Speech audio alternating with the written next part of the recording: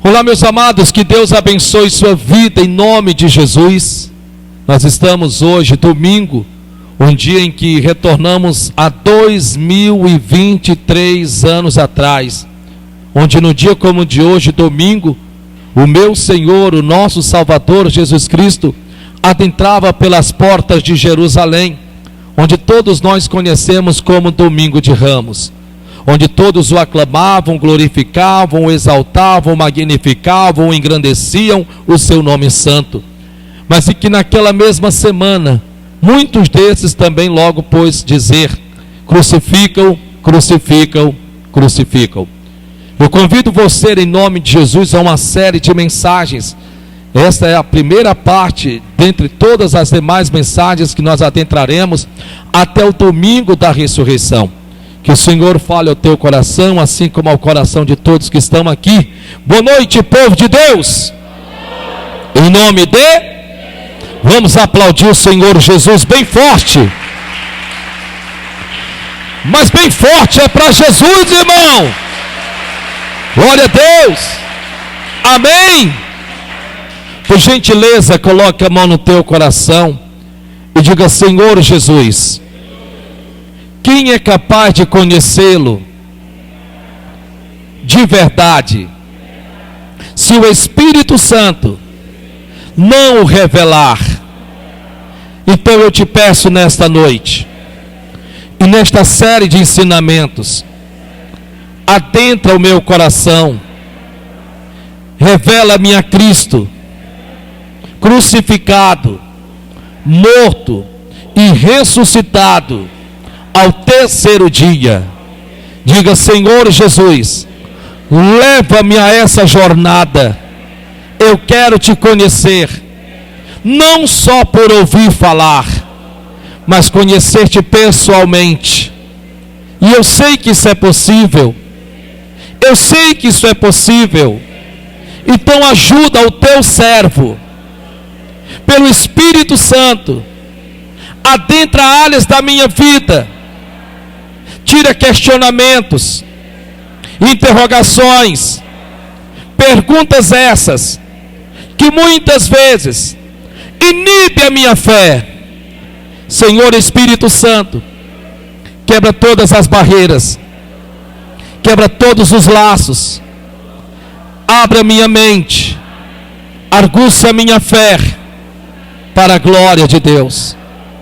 Faz a tua oração, Pai, em nome de Jesus. Prepara-nos, ó Deus, um banquete em todos esses dias que decorre a Semana Santa, meu Senhor. Eis-me aqui, em nome de Jesus. E você que crê, diga amém e aplauda Jesus bem forte.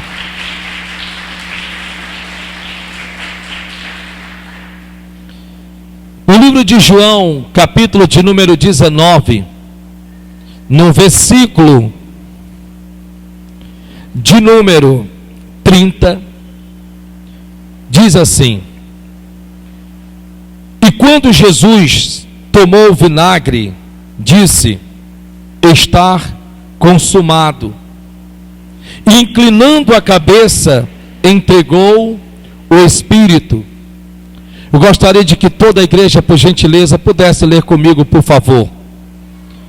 João capítulo 19, versículo 30. Eu leio, vocês após então leem junto comigo, amém? Vamos lá. E quando Jesus...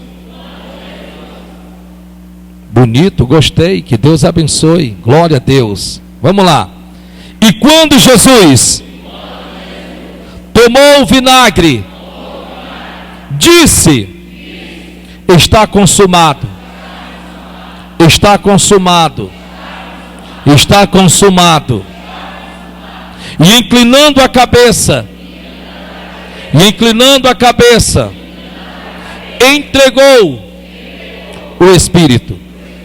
Então vamos aplaudir Jesus de Nazaré. Primeiro, se você permite, eu gostaria de usar alguns momentos aqui pelo Espírito Santo para lhe dizer que não haveria Semana Santa se ele não tivesse aceitado o combinado do Pai em que ele, sendo Deus, haveria de tomar a forma de homem e habitar entre nós. Não existiria Semana Santa se ele, sendo Deus, não assumisse a forma de um corpo, assim como a minha pessoa, a sua pessoa, a nossa pessoa, e viesse nascer de forma natural, como assim ele veio, concebido pelo Espírito Santo. Não existiria Semana Santa se ele não tivesse passado pelo processo do nascimento. Não existiria Semana Santa se ele mesmo não tivesse passado por todo o martírio e por tudo quanto os demais profetas tiveram que passar. Não existiria Semana Santa se ele mesmo, Jesus Cristo, não tivesse aceitado da parte do Pai tomar os meus, os teus e os nossos pecados. Não existiria Semana Santa se ele, Jesus Cristo, não tivesse se sujeitado e se submetido à forma de homem para que habitasse entre nós. Não existiria Semana Santa se ele, Jesus Cristo, tivesse se recusado no Getsemane, quando ele consultou ao Pai: Pai, se possível for, afasta de mim este cálice. E o Pai, ficando em silêncio, ele entendeu que o silêncio de Deus era uma resposta. Não existiria Semana Santa se ele mesmo não tivesse olhado para mim e olhado para você e nos visto no futuro e vindo nos seus olhos pela fé, em que valeria a pena ser crucificado por mim e por você, nós que não o conhecíamos ainda. Não existiria Semana Santa se ele, o unigênito Filho de Deus, Jesus de Nazaré, não tivesse olhado para os demais que ali presentes tivesse dito: Pai, perdoai-vos, porque eles não sabem o que fazem. Não existiria Semana Santa se ele, o unigênito Filho de Deus, chamado Jesus Cristo, não tivesse sido levado à prova, e em todas as provas das quais foi levada, para a glória de Deus, obteve o resultado, obteve o êxito, obteve vitória. Não existiria Semana Santa se ele, o meu, nosso Senhor e Salvador Jesus Cristo, não tivesse nos acolhido, como diz a Bíblia Sagrada, está escrito: como a águia que junta os seus filhotes, como a galinha que protege os seus filhinhos. Não existiria Semana Santa se o meu Senhor e Salvador Jesus Cristo, o meu, o teu, nosso Senhor e Salvador Jesus Cristo, não tivesse dito a dita frase: não é que tirem a minha vida, mas eu a dou porque eu a bem o quero. Não existiria Semana Santa se ele, Jesus Cristo, não tivesse por mim e por você olhado com amor tamanho, em que ele deve ter dito, e com certeza ele disse para mim e para você, que não só nos ama como filho, mas nos ama como amigo. Não existiria Semana Santa se ele não tivesse sido deixado pregado na cruz do Calvário, e se ele ali mesmo não tivesse dito: está consumado, e logo após inclinar a sua cabeça e dar o seu último suspiro de vida. Então eu quero lhe dizer que não existiria um culto como este se Jesus Cristo não tivesse ressuscitado ao terceiro dia. Aplauda, por favor, em nome de Jesus. Não existiria. Nós não estaríamos aqui. Nós não estaríamos aqui se Jesus Cristo não tivesse, naquele exato momento, vencido a cruz do Calvário. É importante que você entenda isto no seu coração. É importante que você compreenda que jamais nós estaríamos aqui se Cristo, ali na cruz do Calvário, tivesse se negado padecer por mim, padecer por ti e padecer por nós.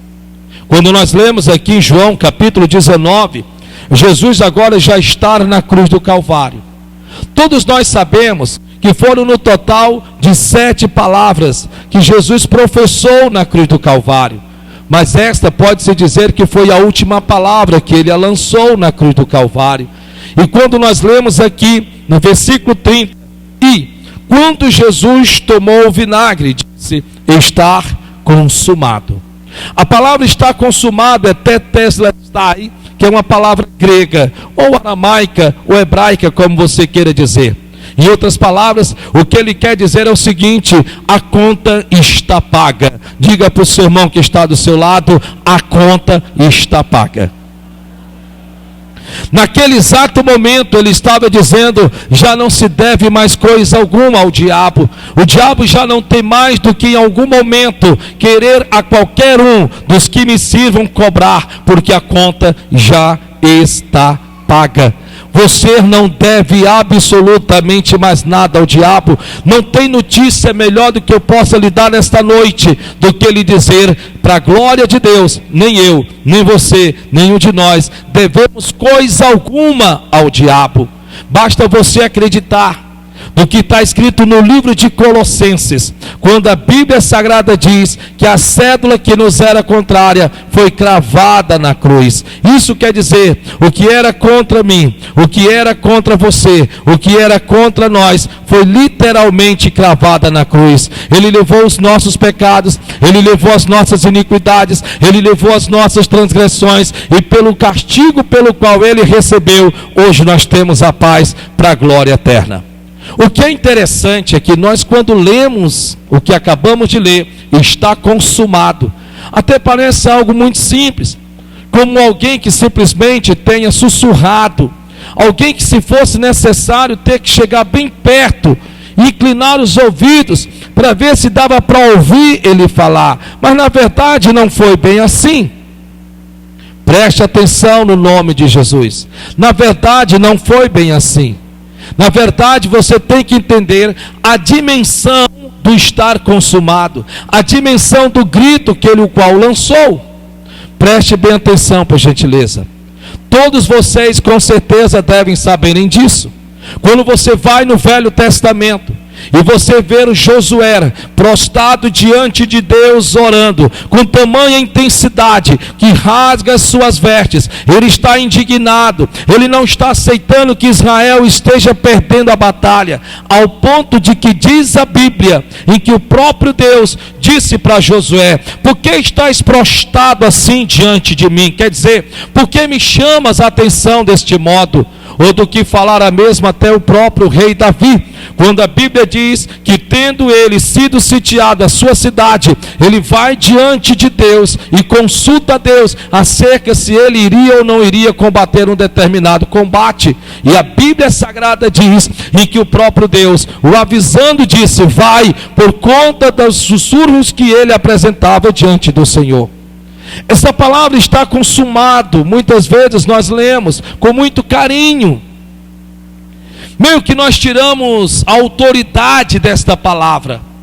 A palavra consumado, testelestai, também significa com intensidade e com força. Isso quer dizer que no momento em que Jesus Cristo estava ali na cruz do Calvário, sendo essa a sua última palavra, o qual ele disse: testelestai, está consumado, ele bramiu com grande voz. A sua voz ecoou de tal maneira que diz a Bíblia que rasgou o véu de alto a baixo. Então dá para se imaginar em que Jesus estará ali na cruz do Calvário, e naquele exato momento ele abre da sua boca e ele diz: está consumado. Amém?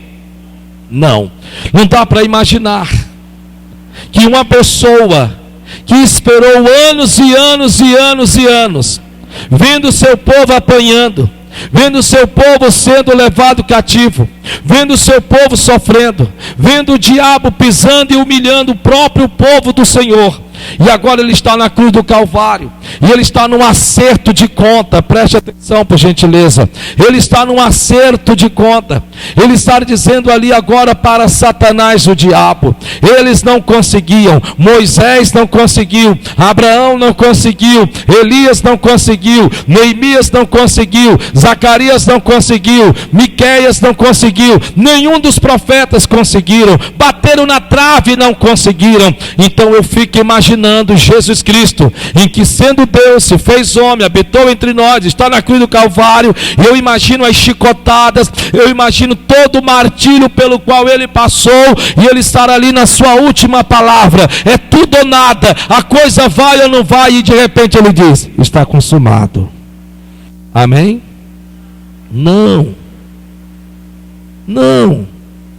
Essa palavra está consumado, testelestai, ela significa com grande grito, diga com grande grito. Não dá para ser melhor, diga com grande grito. Sim, todos nós temos uma certa dificuldade de entendermos que Jesus Cristo ali alçou a sua voz na cruz do Calvário. Ele deu um grande grito, um brado. Basta nos voltarmos alguns anos atrás, nós vamos ter aqui então a nossa independência.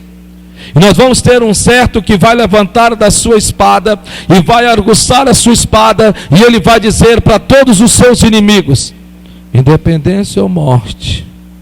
Amém? Não! Todos nós sabemos, se o próprio nome é o quê? Brado. É o que nós falamos, é o que nós aprendemos no colégio, não é verdade? Ele deu um brado, e o brado que ele deu foi independência ou morte. Quer dizer, eu prefiro morrer lutando do que permanecer nessa vida que eu venho vivendo. Ao ponto de que nós sabemos o que foi que aconteceu. Agora você imagina só, Jesus Cristo, o unigênito Filho de Deus, está por tudo ou nada, teve de passar por tudo que passou, foi humilhado, pisado, escarnecido, colocado de lado, e você vai ver já já tudo isso realmente aconteceu.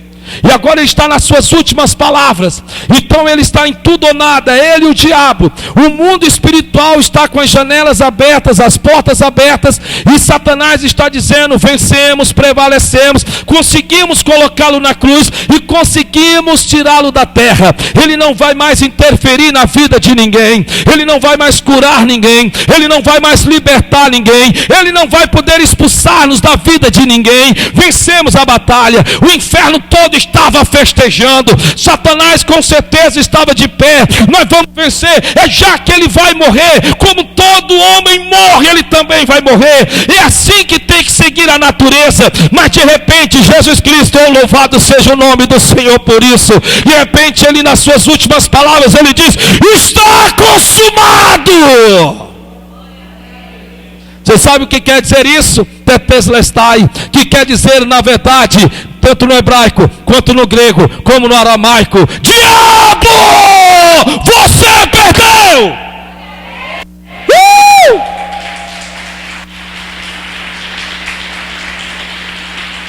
Olha para o irmão que está sacudida santa nele e diga: o diabo perdeu! O diabo perdeu! Ele só deixou por anunciar quando Satanás já não tinha mais para onde correr. Quando sendo a sua última palavra, e o inimigo com certeza conturbou-se, perturbou-se. Mas por conta de quê? Porque fazer o que agora? Fazer o que agora? Porque não tem mais como tirá-lo da cruz. O corpo dele padeceu, ele entregou o espírito dele a Deus, e não temos como ir lá e pegar o seu espírito, porque o espírito dele foi entregue na mão logo de quem? Daquele o qual fez, o próprio Deus. Não tem como. Então vamos fazer o seguinte: vamos fazer de tudo ao menos para que a gente possa guardar o seu corpo. E guardando o seu corpo, vamos colocar um quarteto de soldados, vamos colocá-los do lado de fora, vamos mandar com que coloque uma grande pedra no seu túmulo, vamos mandar com que eles venham betumar pelo lado de fora essa pedra, porque eu quero é ver quem é que vai conseguir remover esta pedra. E assim foi feito. Oh, meu irmão, só que não adiantou. Porque Satanás, ainda no seu projeto, pensando ele que impediria a ressurreição, jamais ele imaginara que Jesus Cristo não iria ressuscitar de fora para dentro. Ele jamais imaginara que Jesus Cristo iria ressuscitar de dentro para fora, porque a Bíblia Sagrada diz, irmão Jerônimo, que o túmulo foi aberto de dentro para fora, não foi de fora para dentro. Então isso quer dizer que o Espírito Santo visitou o corpo de Cristo dentro do sepulcro, e o tendo visitado, o chamou dentre os mortos, do qual está escrito: morte, onde está o teu aguilhão? E a Bíblia diz que o ressuscitou dentre os mortos, e a Bíblia Sagrada diz que foi removido a pedra. O que é interessante é que você vai perceber, irmão Ed Rubens, que voltando um pouco atrás, no mesmo João, você vai ver um certo dia que Jesus chega diante de um túmulo. Dentro dele está Lázaro. e já há alguns dias está lá dentro, está morto. E a Bíblia Sagrada diz, está escrito, em que o Senhor Jesus Cristo, mesmo podendo chamar dentre os mortos a vida, Ele olha para os que estavam ao redor e disse: tirai a pedra. E homens como eu e você, seres humanos como nós, foram lá e removeram a pedra. Mas o que é interessante, que para a ressurreição de Jesus Cristo, homem nenhum jamais participara, homem algum jamais remover a pedra, porque para a glória do Deus Todo-Poderoso, foi o próprio Deus que removeu a pedra, foi o próprio Deus que a tirou do meio, foi o próprio Deus que a colocou de lado, para que ele pudesse adentrar e passar ali entre os quartetos de soldado, sem que esses os pudessem ver, para que ele subisse à glória eterna, e hoje estivesse assentado à destra majestade nas alturas. Só quem crê no sobrenatural de Deus, dá glória a Deus aí, querido. O que é mais interessante é que tudo isso é bonito, é lindo, nos empolga, nos emociona, nos motiva e nos incentiva. Sabemos o porquê servimos a Deus, por conta de Jesus Cristo. Mas quando nós lemos aqui, ele está consumado, e olhando para cá, nós meio que nos perguntamos, tudo bem, mas o que realmente o fez com que ele morresse na cruz? O que realmente, pelo que ele passou? Então, para nós entendermos isto, nós temos que darmos uma marcha ré na Bíblia. Nós temos que irmos a 700 anos atrás. Há exatamente 700 anos atrás. Isaías, capítulo de número 53. Isaías, capítulo de número 53.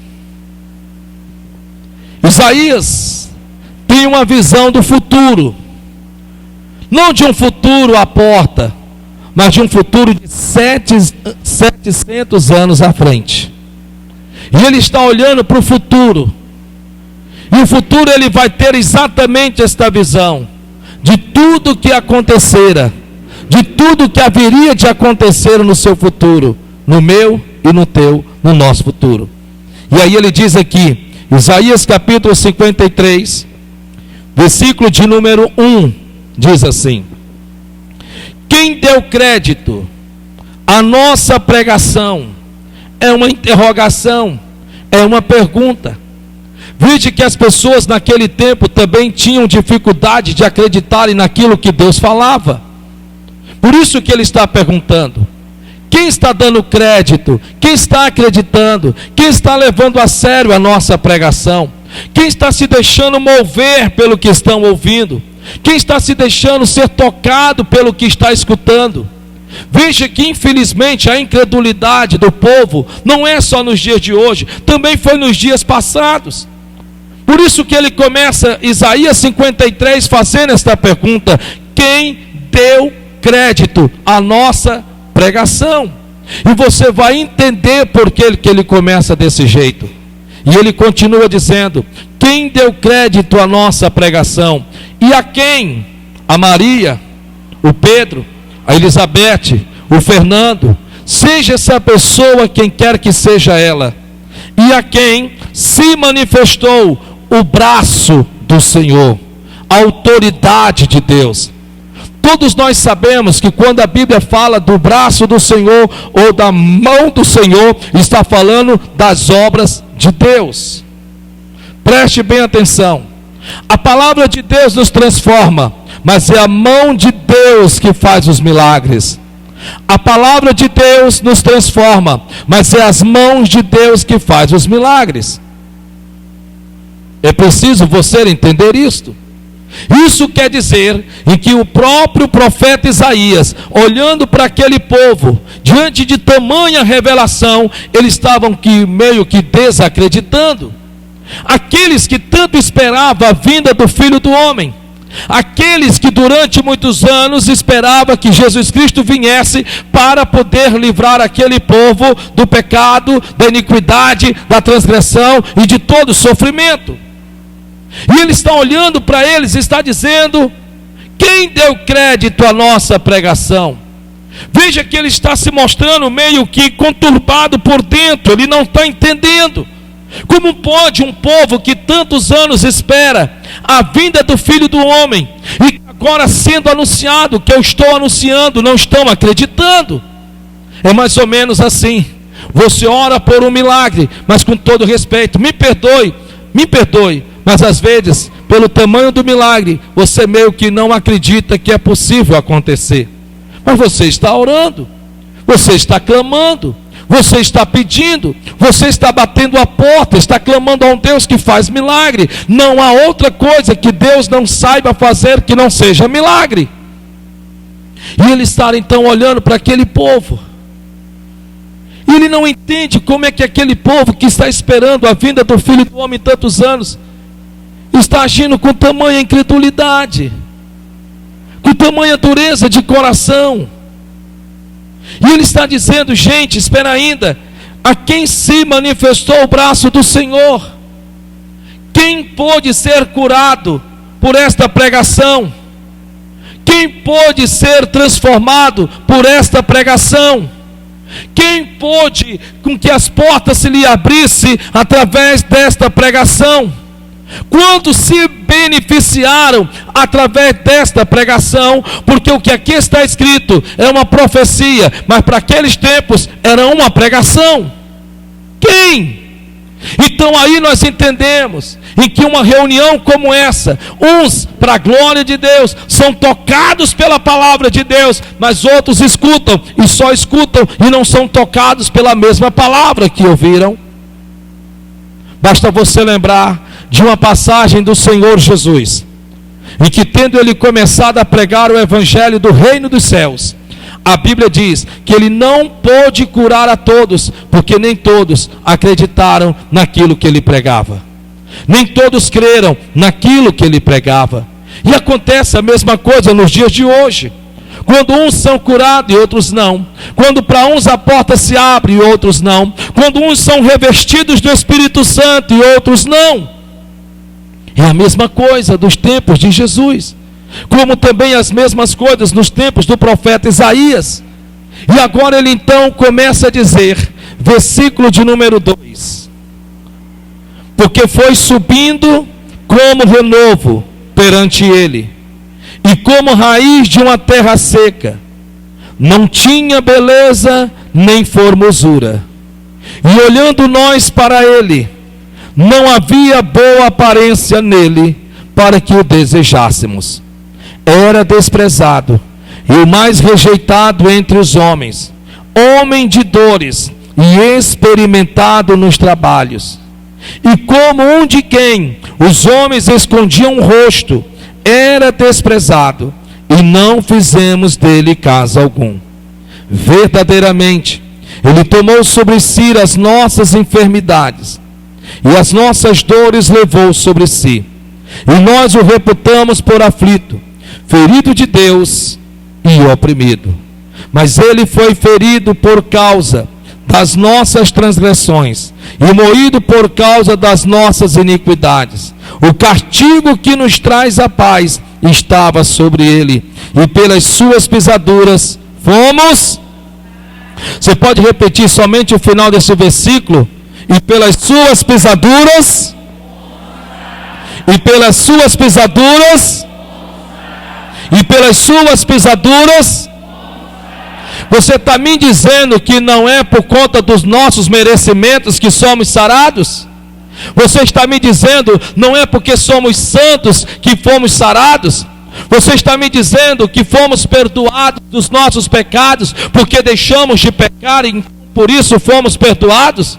Vocês estão me dizendo que fomos perdoados das nossas iniquidades, não porque deixamos de cometermos iniquidade, mas sim por conta do que ele, Jesus Cristo, na cruz do Calvário, conquistou por mim e conquistou por você. É isso que você está me dizendo? Sim ou não? Sim. É impressionante o que ele diz aqui.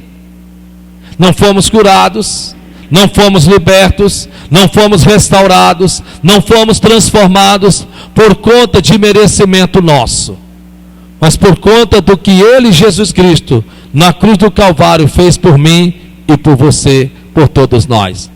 Tudo por quê? Porque na cruz do Calvário, as últimas palavras foram estas: está consumado, está terminado, daqui não passa. A partir de hoje, este povo pode sim começar uma nova história. A partir de hoje, esse povo sim pode começar um novo mover da presença do Espírito Santo. Agora eu gostaria de adentrarmos juntos nessa história. Você me permite, em nome de Jesus, sim ou não? Porque agora há pouco nós estávamos em João capítulo 19, e agora há pouco nós acabamos de ler: está consumado. Acabamos de ler que ele inclinou a cabeça e morreu. E quando nós lemos assim, nós ficamos pensando: sim, mas todo mundo morre. Qual é o ser humano que jamais iria passar todo esse tempo aqui na terra? Não teria como. O mais velho de todos os mais velhos também morreu, que foi Matusalém. Então nós temos que entendermos que este homem com 33 anos e meio, agora vai deixar de existir humanamente falando entre nós, para viver por uma eternidade sem fim no nosso meio. Então vamos aqui, Isaías 53 versículo 2 diz assim: porque foi subindo como renovo perante ele. Porque foi subindo como renovo perante ele. Olhe para cá, por favor. Nós vamos aprender detalhe por detalhes, para que nós possamos vivermos uma Semana Santa biblicamente falando. Primeiro de tudo, é impressionante se dizer que o Espírito Santo se preocupou em começar a falar acerca do martírio de Cristo, não pelo martírio que ele iria passar, mas pela vitória que ele obteve. Preste atenção, por favor. É impressionante que o Espírito Santo começa a falar do martírio de Cristo, não pelo martírio que ele passou, mas pela vitória que ele obteve. Porque logo de princípio ele diz: porque foi subindo como renovo perante ele. E quando você vai nos evangelhos, Mateus, Marcos, Lucas e João, você vai perceber que todos estavam olhando para ele, e ele subia em ascensão aos céus, ao ponto de que veio um anjo do Senhor e disse: por que fitai os vossos olhos ao céu? Por que fitai os vossos olhos àquele que sobe? Sendo que este que sobe também um dia há de descer e buscar a sua igreja. Então eu estou aqui para lhe anunciar no nome do Senhor Jesus Cristo, e que você não venha se condoer: ah, que bichinho, coitadinho dele. Não, porque a mensagem do profeta Isaías já começava com vitória. A mensagem do profeta Isaías já anunciava: eu vou falar para vocês o que ele vai passar, as coisas que vão lhe acontecer, mas eu começo dizendo que ele vai subir em ascensão aos céus perante ele, perante a igreja, perante os apóstolos e principalmente perante aos anjos e perante a Deus Todo-Poderoso. E quantos creem, digam glória a Deus. Sim, aí ele continua: porque foi subindo como renovo perante ele. E agora ele começa a dizer como é que este homem ficou na cruz do Calvário. E ele diz: e como raiz de uma terra seca, não tinha beleza nem formosura. Agora olhe para cá, por favor. Porque o profeta Isaías começa dando uma boa notícia: ele vai subir em ascensão ao céu, ele vai vencer tudo que haverá de passar. Mas agora eu quero dizer uma coisa para vocês: como é que ele vai ficar? Ele vai ficar totalmente desfigurado aos olhos humanos. Pessoas vão olhar para ele e vão assemelhá-lo a uma raiz de uma terra seca, em que não há parecer nem formosura. Talvez você já deve ter visto uma raiz de uma terra seca. Talvez você já deve ter extraído uma raiz de uma terra seca da terra. A primeira coisa que você deve saber é que ao você tirar uma raiz de uma terra seca, a primeira coisa que você percebe é o pó que sobe, é a poeira que sobe. A segunda coisa que vai lhe chamar a atenção é a própria raiz, porque ela está desfigurada. Ela está completamente morta, nela não há vida, não há beleza e nem formosura. Isso quer dizer que quando olhavam para Cristo, olhando e fitando seus olhos nele, a Bíblia Sagrada diz que ele era um alguém e que não tinha parecer de um ser humano. Talvez você já deve ter visto alguém no caixão. Talvez você já deve ter visto alguém num caixão. E pessoas se aproximam do caixão e olham para a pessoa que está dentro do caixão. E muitas vezes alguns se aproximam um dos outros e dizem assim: nossa, parece que está dormindo. É assim ou não é? Sim. Olha como parece que está dormindo. É uma forma que nós temos de nos consolar, de que a pessoa partiu em paz. Mas quando olhavam para ele, a Bíblia diz que não tinha como dizer isso com ele. Não tinha como dizer, parece que ele está dormindo. Porque na verdade ele estava totalmente, completamente desfigurado. Não tinha parecer com um ser humano. Quem olhasse para ele não sabia o que era boca, o que era nariz, não sabia o que era olho, não sabia o que era coisa alguma, porque quando olhavam para ele, ele estava completamente, totalmente desfigurado. Por isso que não tinha como haver um velório, porque como é que se vai aguentar olhando para uma pessoa assim?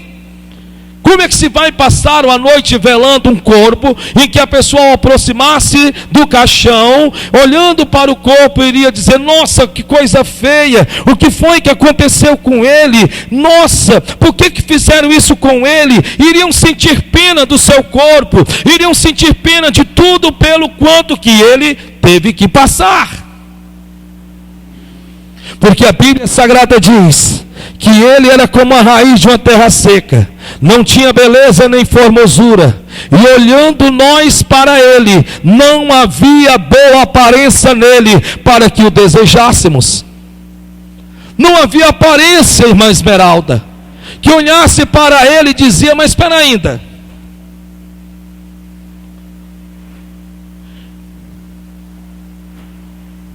ô irmã Renata, isso aí é o filho do carpinteiro? Olha, eu estou com 1 hora olhando para ele e não estou sabendo por quê. Eu não estou reconhecendo ele não. Não, acho que ele não é o filho do carpinteiro não. Não, mas disseram que Jesus estava aqui na cruz, e eu vim até para olhar, porque com certeza naquele tempo também já havia essas pessoas, esse povo que gosta ao menos de ver. Mas não, acho que não é ele não pode ser, está tão desfigurado, olha só. Porque a Bíblia Sagrada está dizendo, está aqui escrito, olha só. E olhando nós para ele, não havia boa aparência. Era de assustar qualquer um. Você pode entrar comigo na história, e essa história é real. Não é ficção.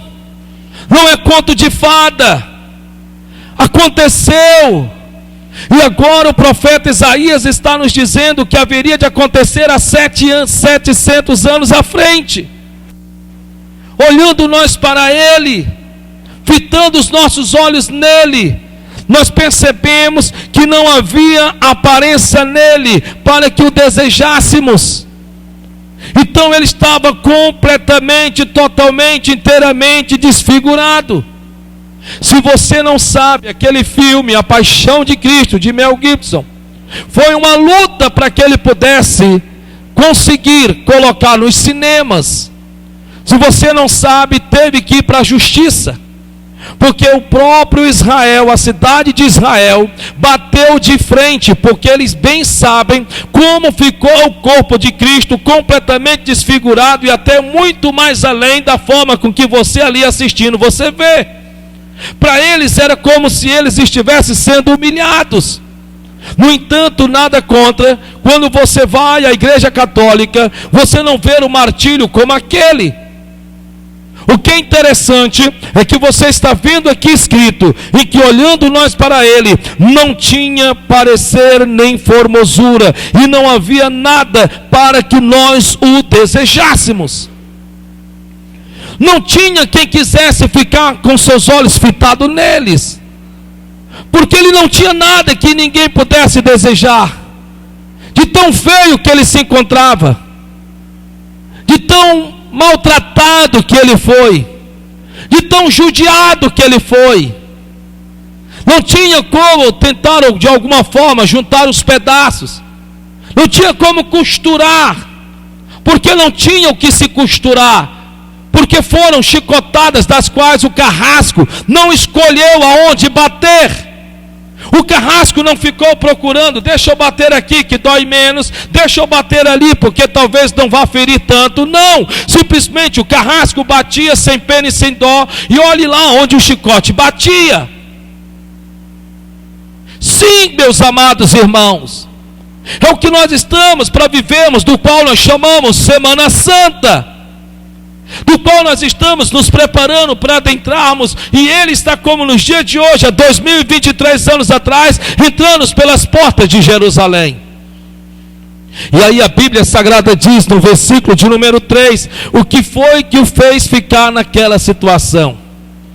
Não foi o chicote, não foi os murros, não foi os chutes que ele levou, nem as cuspidas que ele levou, porque a Bíblia Sagrada vai dizer o porquê de terem feito aquilo que fizeram com ele. E olha só o que a Bíblia diz: era desprezado. Olhe para o seu irmão que está do seu lado e diga: vamos entrar na história. Era o quê? Sim, então vamos entrar em Mateus, Marcos, Lucas e João. Porque o profeta Isaías, irmão Thalisson, ele está falando de Mateus, Marcos, Lucas e João. Está falando sobre a caminhada de nosso Senhor e Salvador Jesus Cristo. E a primeira coisa que ele vai dizer é que ele, em pessoa, seria desprezado. E realmente ele assim o foi desprezado. Basta lembrarmos de algumas passagens bíblicas e pedimos ao Espírito Santo que argusse a nossa mente para que adentremos aos evangelhos e percorremos o caminhar de Jesus Cristo, do qual bem nós sabemos em que ele, Jesus Cristo, já no seu nascimento teve de passar pelo que passou. Quando não agora, ele já na fase adulta, pelos seus próprios irmãos, diz a Bíblia Sagrada, foram colocados de lado. Quando começaram a ouvir Jesus anunciar o reino dos céus, o tiveram como louco, o tiveram como doido, e não quiseram assumi-lo como sendo seus irmãos. Quando você vai um pouco mais à frente, você vai perceber que os próprios irmãos de Jesus lhes preparam uma cilada. A Bíblia diz que ele agora é levado até um certo precipício, e a Bíblia diz, está escrito, que os seus irmãos nascidos em casa agora o queriam lançar precipício abaixo. Sim, realmente ele foi desprezado.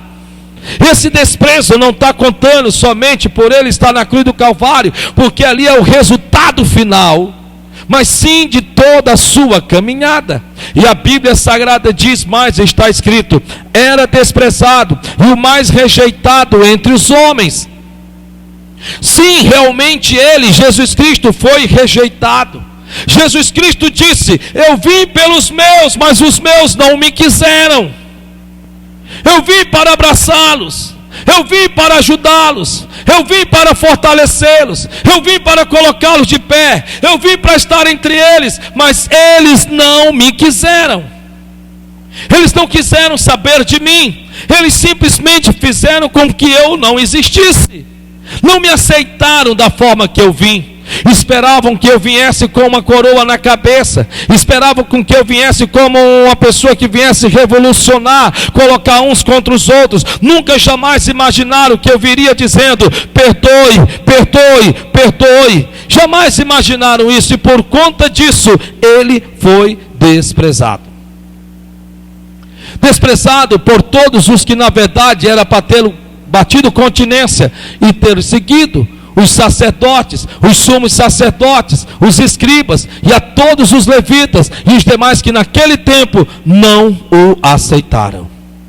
E realmente ele foi desprezado e o mais rejeitado entre os homens. Homem de dores. Sim, realmente ele foi um homem de dores. De dores porque ele soube sentir dor, sem ter de abrir da boca ou reclamar por qualquer bufetada que ele tenha levado, por qualquer chute que ele tenha levado.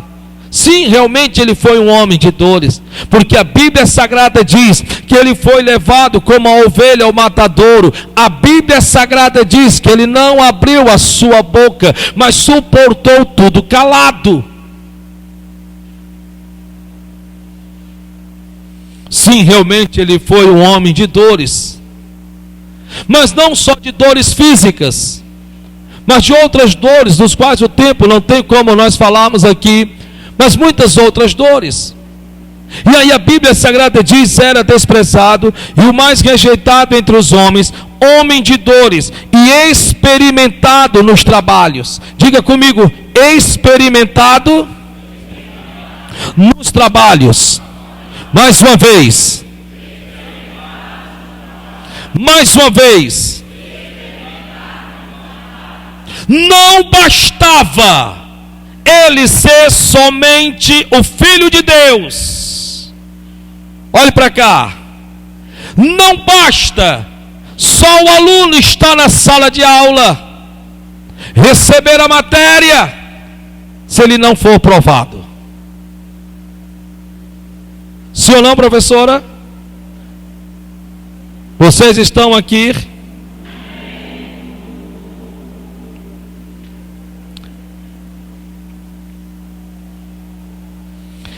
Experimentado nos trabalhos. Não bastava, irmão Antônio, ele ser só o Filho de Deus.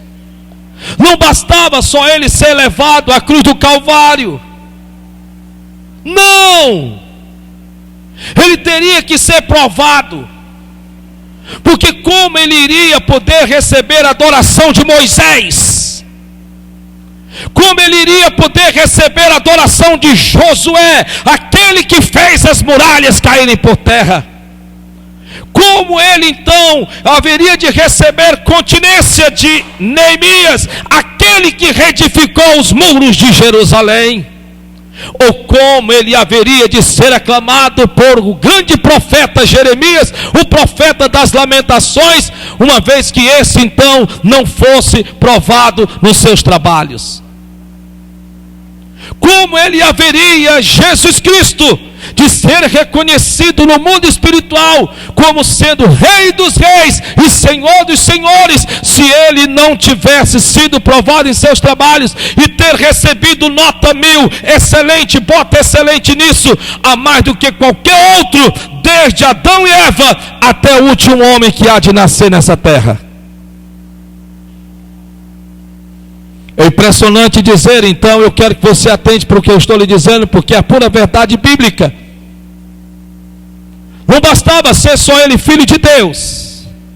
Não bastava só ele ter nascido e sido concebido por obra do Espírito Santo. Não bastava só passar pelo martírio, chicotada, chute, pontapé, murro, cuspidas, seja como for, e agora pregue ele na cruz, deixe ele morrer, morreu, colocou uma coroa de espinho, o atravessou com uma lança, colocou ali então uma placa de acusação, sendo ele rei dos judeus, morreu, pronto, é o suficiente, está aprovado. Não! Ele teria que ser provado nos trabalhos. Ele teria que provar que ele era digno, sim, de ser superior a Moisés, superior a Abraão, superior a Isaac, superior a Israel, que é no caso Jacó. Então, meus amados, em nome de Jesus, você quando lê Mateus, Marcos, Lucas e João, com o que eu estou lhe explicando, a sua mente se abre com maior facilidade. Porque agora você vai perceber que Jesus Cristo vai ter de passar pelas provas dos quais todos os homens passaram. Primeiro ele passou pela prova da tentação, do qual Adão e Eva levou nota 0. Venceu a batalha. Logo depois ele vai ter de passar pela provação de transformar água em vinho, mas não se embriagar com vinho, do qual Noé tropeçou e caiu. Agora ele vai também ter que ser experimentado com milagres extraordinários, mas um pouco antes disso, ele vai ter que sair da sua terra, da sua parentela, assim como Abraão. Eu vim pelos meus, mas os meus não me quiseram, e ele teve de ir para outras cidades, chamada Cafarnaum, do qual fez a sua sede ministerial, e dali saiu divulgando o reino dos céus. Ele teve que ser provado como Isaque, em que em meio a uma terra rochosa e seca, poderia ter ele escolhido descer para o Egito e não ter semeado a semente naquele lugar, mas pelo contrário, ele tornou-se aquele que semeia, ao ponto de trazer Mateus capítulo 5, e nos revela, para a glória do nosso Deus, aquele que semeia a palavra.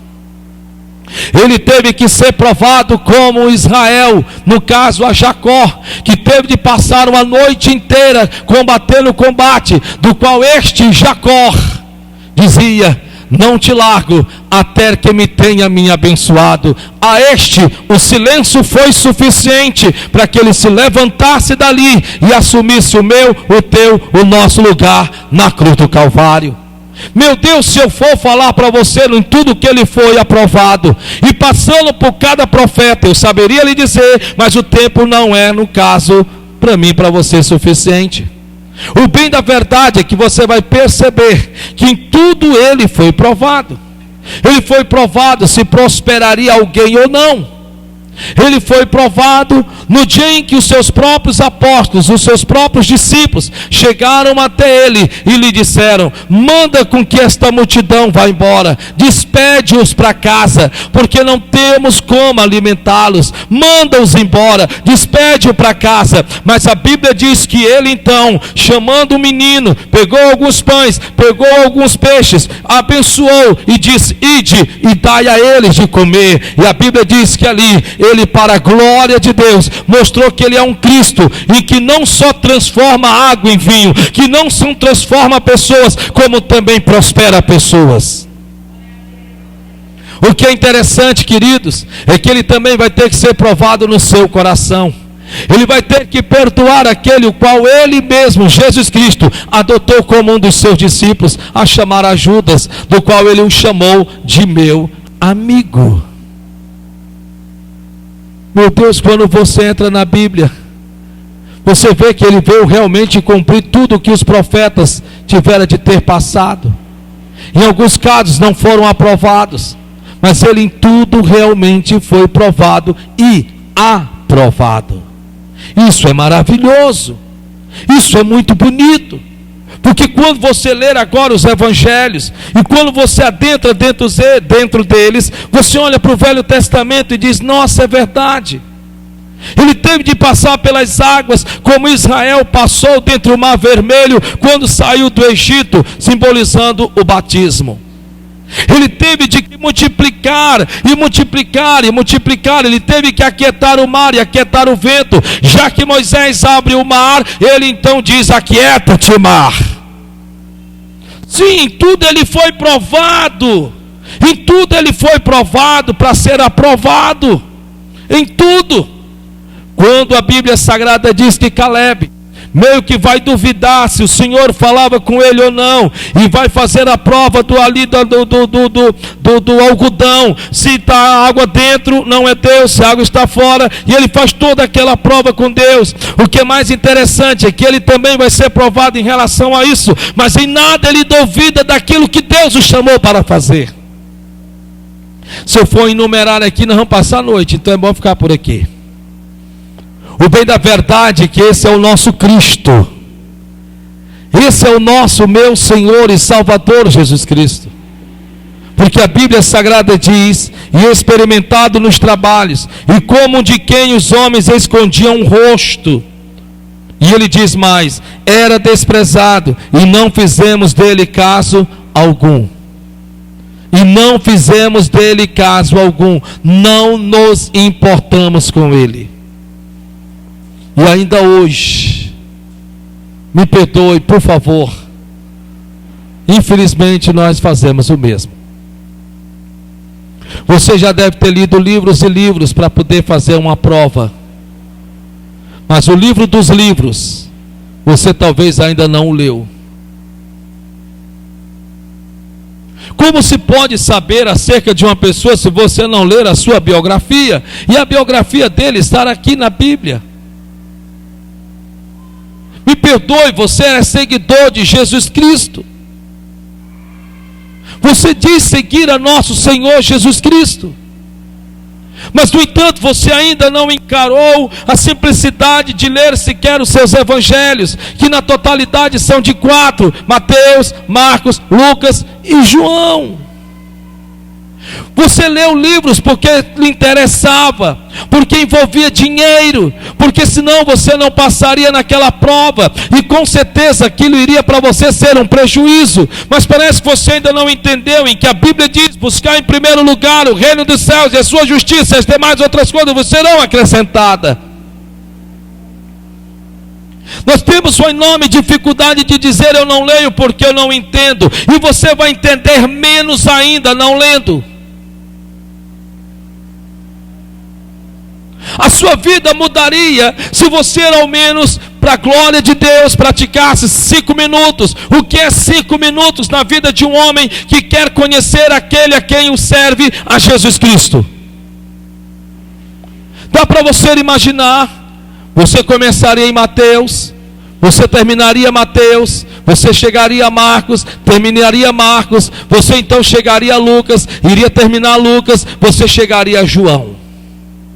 E quando você tivesse terminado de ler esses 4 evangelhos, você então iria poder dizer: nossa, eu conheço o Senhor a quem eu sirvo. Eu conheço Jesus Cristo.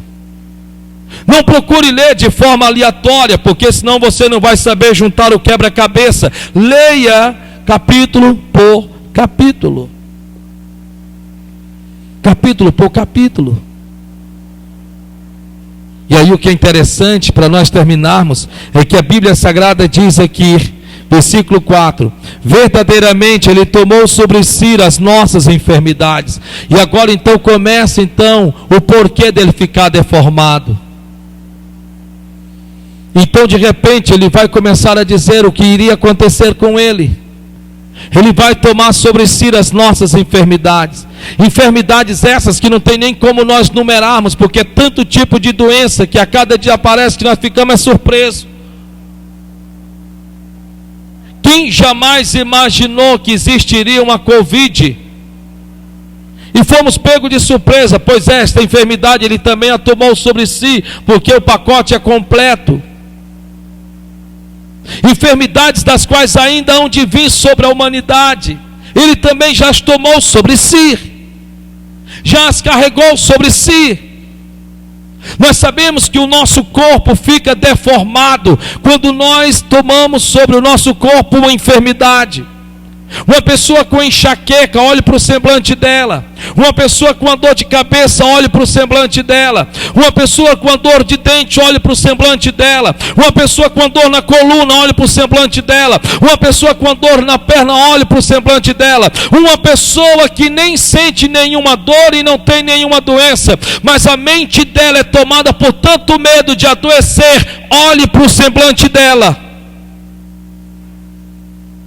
Olhe para o semblante de uma pessoa, não sente dor na unha, mas a sua mente vive dizendo: você vai adoecer e você vai morrer, você vai ficar muito doente, esse exame que você vai fazer vai dar tudo errado, e você vai ouvir o médico dizendo: nossa, olha que enfermidade gravíssima que você tem, aquilo te move por dentro. Olhe para o semblante de uma pessoa que morre com antecedência, que adoece com antecedência,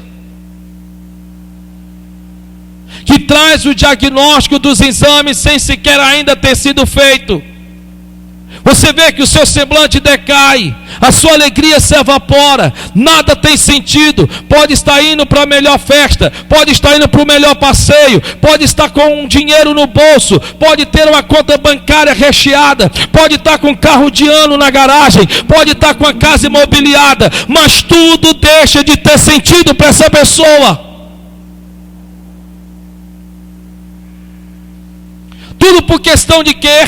Porque esta pessoa está exatamente, ou tanto humana, como espiritualmente ou mentalmente, enferma. E aí a Bíblia Sagrada diz que tomaram sobre si as nossas enfermidades e as nossas dores levou sobre si. Em outras palavras, o que a Bíblia Sagrada está dizendo, que Ele levou a causa para que as consequências desaparecessem. Não tem como você se livrar das dores se primeiro a enfermidade não for levada. Não tem como você ficar em dias financeiramente enquanto você não fechar as torneiras dos gastos desnecessários. Não tem como você ter um casamento restaurado enquanto você não reconhecer que está errado e que precisa de ajuda. Não tem como você conquistar a confiança dos seus filhos se você não começar a andar na linha para que ele te possa respeitar. Você lida com uma causa e você elimina as consequências. Não tem como você ouvir da tua esposa eu te amo se você não faz por merecer. Não tem como você reconquistar a confiança do seu marido ou a confiança da sua esposa se você simplesmente é uma pessoa que muda por momentos, por etapas. Não tem como você reconstruir o seu lar, o seu casamento, a sua família, se você verdadeiramente não nascer de novo. Não tem como você restaurar um lar que está em pedaços, um casamento que está em ruínas, se você verdadeiramente não aceitar, como eu já lhe disse, que precisa de ajuda. Um lar não se destrói de fora para dentro, um lar se destrói de dentro para fora. Palavras não é suficientes.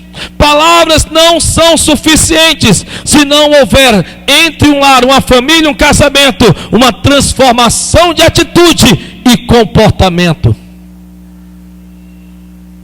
A esposa não quer só ouvir eu te amo, ela quer ver em prática esse eu te amo.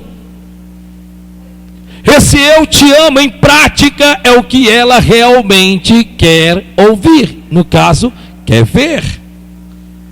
Porque se você diz eu te amo e o seu comportamento e as suas atitudes são o inverso de tudo isso, você pode sem perceber estar criando um casamento frustrado. Um casamento que, se não tiver cuidado, com os anos vai entrar num desgaste. E olhe lá, está repreendido em nome de Jesus Cristo. Se ambos, infelizmente, o inimigo não vier colocar o pé no meio para causar divisão dentro do lar. É impressionante dizer, queridos e meus amados irmãos, que ainda foi pela família em que Jesus Cristo veio para morrer na cruz do Calvário. A questão é que você tem que entender de todo o teu coração. Você precisa assimilar isso na sua vida, porque a Bíblia Sagrada diz que Ele levou as nossas enfermidades, com isso as consequências foram embora. Não é errado reconhecer que está errado, não é errado dizer me perdoe, e não é errado também você reconhecer que precisa de ajuda. A Bíblia diz que só os tolos não reconhecem que precisam de ajuda. Se tua esposa ainda está do teu lado, ela está querendo dizer para você, ei, eu estou esperando que você mude. Se o teu marido está do teu lado, é porque ele está dizendo, eu estou esperando que você também mude. A questão é de quem é que está ganhando ou perdendo nessa quebra de braço. Quem é que está ganhando ou perdendo nesta quebra de braço? Ouça mais e fale menos. Ouça mais e fale menos. Jesus vai levar as enfermidades para que as dores também sejam levadas junto com elas. Então Jesus está dizendo, eu levei a causa para que vocês não sofram a consequência. O que está causando desmoronamento no teu casamento? O que está causando o desmoronamento na tua família? É dinheiro? Você acha que vale a pena? Você acha que vale a pena? Você não consegue, por mais que seja, ou melhor que seja o restaurante, você não consegue conquistar o coração da tua esposa pelo um prato de comida. Elas não saíram de casa porque estavam morrendo de fome. Tinham seus pais que com certeza, nem que fosse um ovo, elas comiam dentro de casa. Elas não estão contigo porque precisavam de um homem, porque homem você encontra em qualquer esquina. Elas estão contigo porque estão à procura de um esposo, de um marido, diferente de um homem. O bem da verdade que vice-versa também em relação à esposa, do mesmo jeito. Se lida com a causa, muda as consequências. Quantas vezes você a elogia? Quantas vezes você tende a elogiar a sua esposa? Se ela já não tem mais o corpinho que ela tinha, gostou? Se ela não tem mais o corpinho que ela tinha, é culpa tua que fez ela engravidar. E agora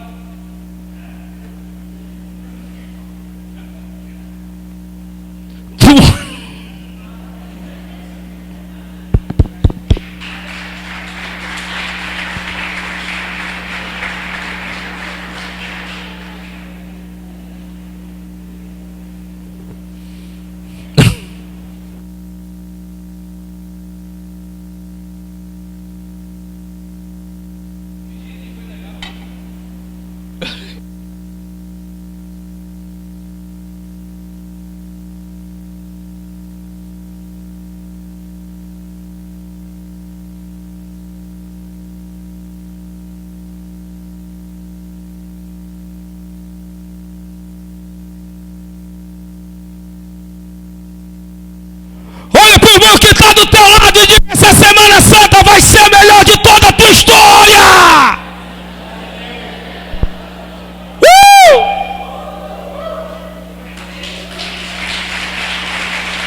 Glória a Deus.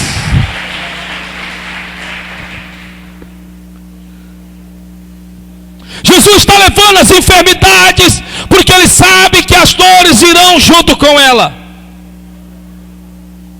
Me perdoe, qual tem sido a tua enfermidade no teu relacionamento? Você traz a morte na ponta da língua. Essa é a tua enfermidade. Essa é a tua doença. Então, em nome de Jesus de Nazaré, peça ao Espírito Santo para que Ele possa transformar a sua língua. Senhor, eu te peço, coloca um anjo na minha boca, a fim de que eu não fale palavras torpes. Davi assim o pediu.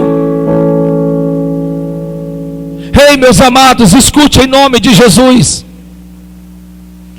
Escute em nome de Jesus. Como pode um casal, um dormir na cama e outro dormir na rede? Ou como pode um casal, um dormir na cama e outro no sofá?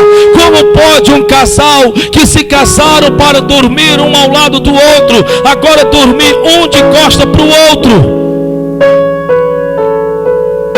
Como pode um relacionamento, um casamento, viver entre tapas e beijos?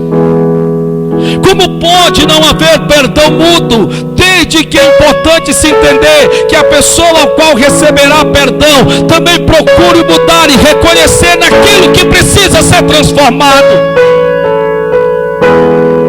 Às vezes, para você conseguir sarar o coração de uma mulher, leva anos, leva tempo, meu amigo.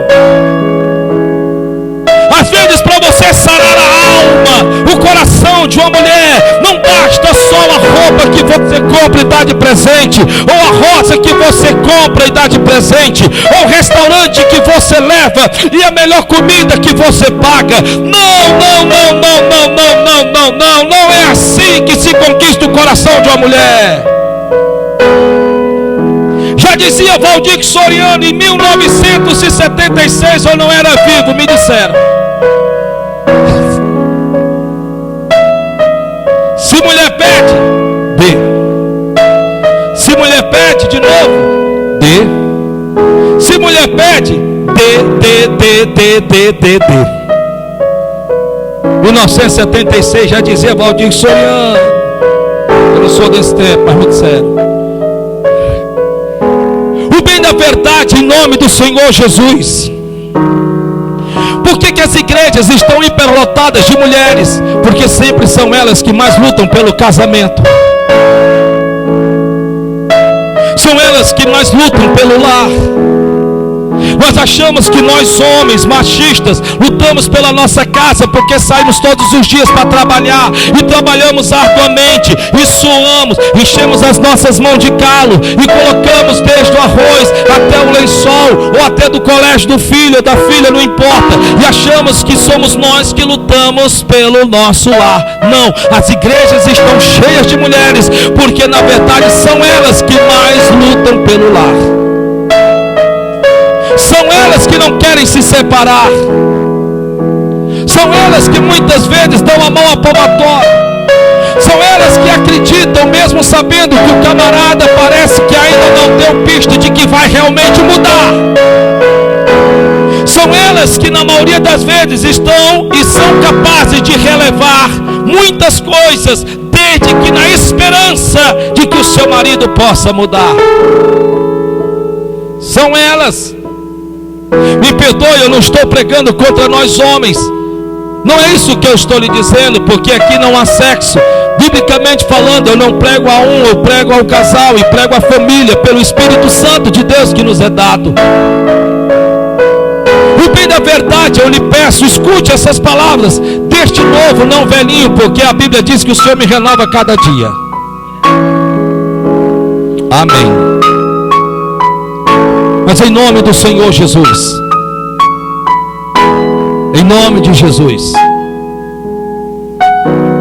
às vezes só pedir perdão e ser perdoado não quer dizer que você possa se dizer que tudo passou, vamos começar tudo do zero. Para nós homens dizermos isso é muito fácil. Para nós homens falarmos somente, dizermos isso é muito fácil. Imagine só que todos nós sabemos que Jesus é a rosa de Saron. Todos que pegam uma rosa, a finalidade qual é? Cheirar a rosa, não é verdade? Só que na verdade ali é uma representação, porque a Bíblia está falando no livro de Cantares, irmão Tarso. E o livro de Cantares é um livro de poesia, de declaração de Salomão para Betsabá. É Salomão se declarando para sua esposa. Pode ver lá, não estou mentindo, é verdade. O livro de Cantares é um livro de declaração de amor. E quando você vê Jesus Cristo dizendo, eu sou como a rosa de Saron, Ele está falando sobre o laço matrimonial também. Ele está dizendo que o homem é como é o nome? O caule.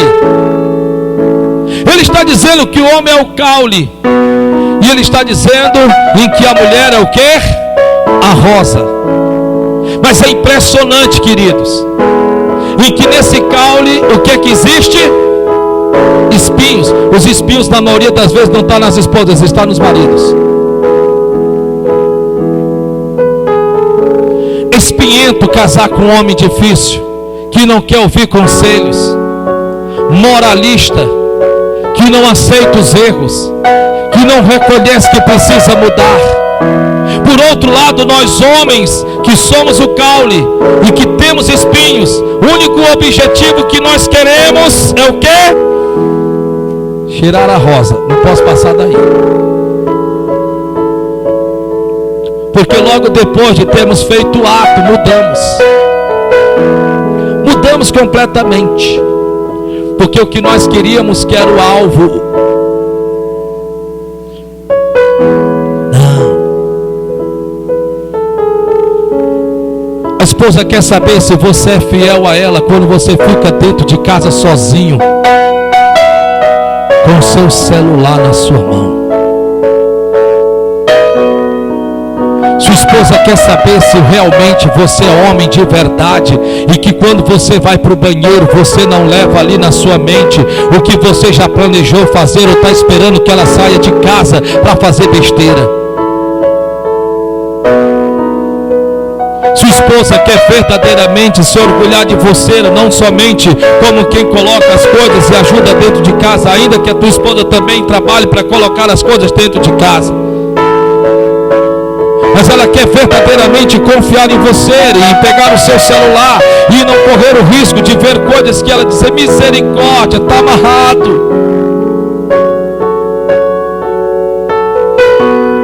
Nada machuca tanto o coração de uma esposa do que ela na verdade sentir-se traída, não traída somente no sentido do ato, mas principalmente em ela mesma saber em que aquele homem que se mostra homem diante de um celular, com todo respeito, não é homem, quando na verdade deveria ser.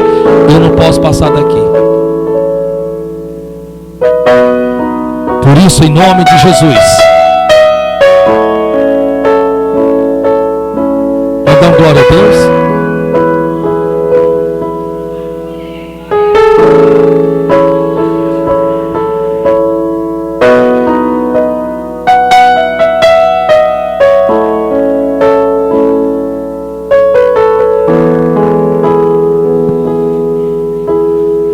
Olha o irmão que está do seu lado e diga para ele: eu devia ter ficado em casa hoje.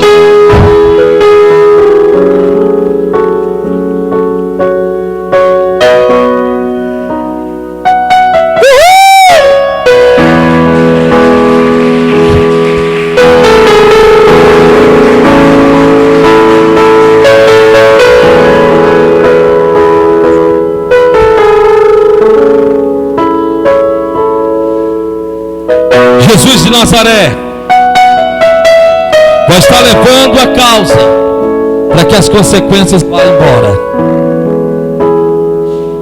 Que nesta noite o Espírito Santo possa ter dado início a esta Semana Santa, para que vivamos de uma forma santa na presença de Deus. Em nome de Jesus. Em nome de Jesus. O que, com todo respeito, o que para muitos, para o homem, com todo respeito, o que para muitos, para o homem, mostrar para sua mulher, no caso para sua esposa, que o ato é a coisa mais importante que ela acha, você está enganado.